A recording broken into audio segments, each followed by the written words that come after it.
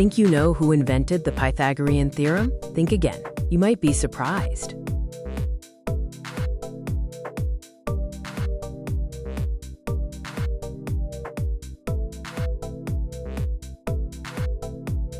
Today we're exploring the mystery behind one of history's most famous mathematical theorems.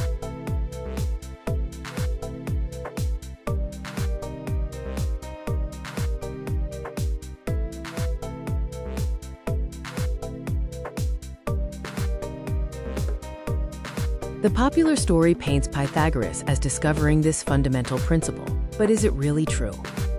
Evidence suggests he likely wasn't the originator, but part of a much larger narrative of mathematical evolution. Let's dive into the historical evidence and uncover the truth behind this mathematical mystery. Ancient Babylonian tablets predate Pythagoras by centuries, showing knowledge of the theorem. Cultures like the ancient Egyptians and Indians also utilized this principle long before Pythagoras was born. So what was Pythagoras' actual contribution? It wasn't quite discovery, but something equally significant. His school might have been instrumental in formalizing the theorem and providing the first deductive proof. His efforts were pivotal for laying the groundwork for Greek mathematics, but not the actual origin.